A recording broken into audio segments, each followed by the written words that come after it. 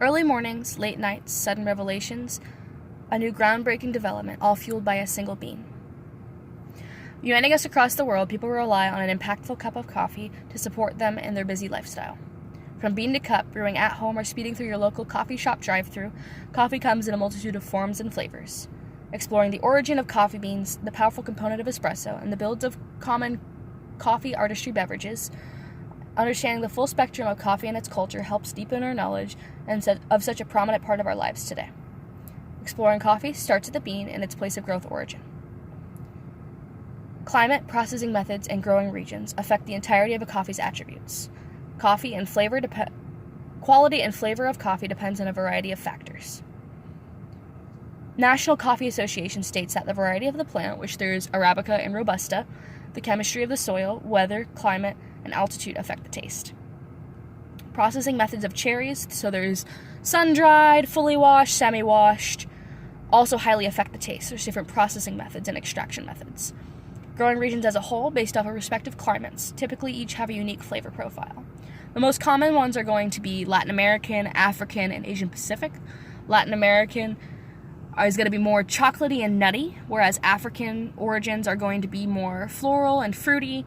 Asian Pacific is going to be more earthy and syrupy and herbal. A major component to commonly consumed coffee-based beverages today is espresso. The base to lattes, flat whites, cappuccinos, macchiatos, and so much more, the espresso is small yet incredibly powerful. Fine details surrounding the brew method of creating espresso are so fragile and significant to make sure the coffee is just right.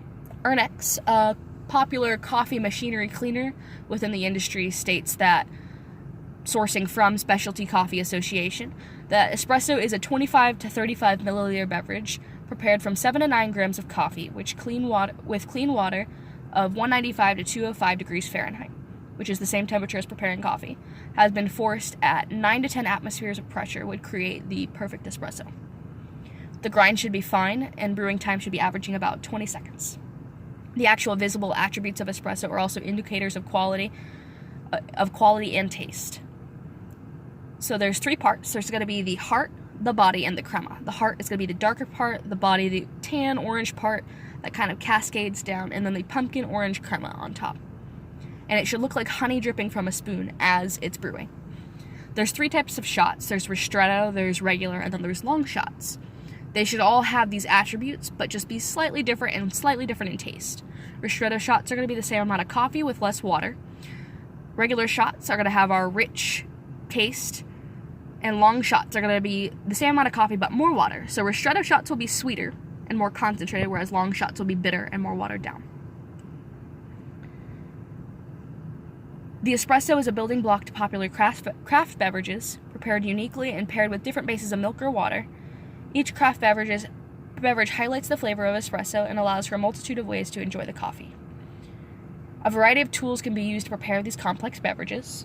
We have the steaming pitcher, which is found in most small-scale coffee shops, or can also accompany your at-home espresso machines.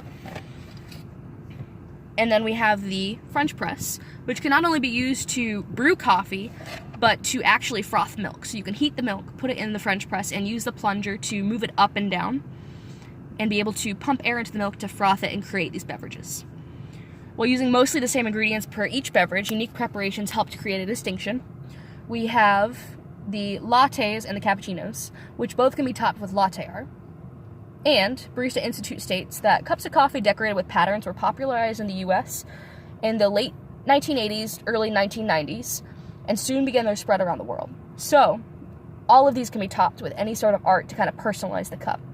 So lattes are going to be our shots of espresso, and then our steamed milk with about, I would say, an inch of foam on top. And then our cappuccinos are going to be a third, and a third ratio. So we have a third espresso, a third steamed milk, and a third foam.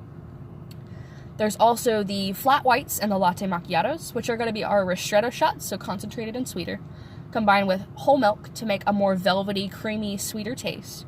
And the latte macchiatos are going to be the inverted, so they will have the whole milk topped with espresso shots, think macchiato marking the drink, to kind of create a more milk forward with a hint of espresso flavor.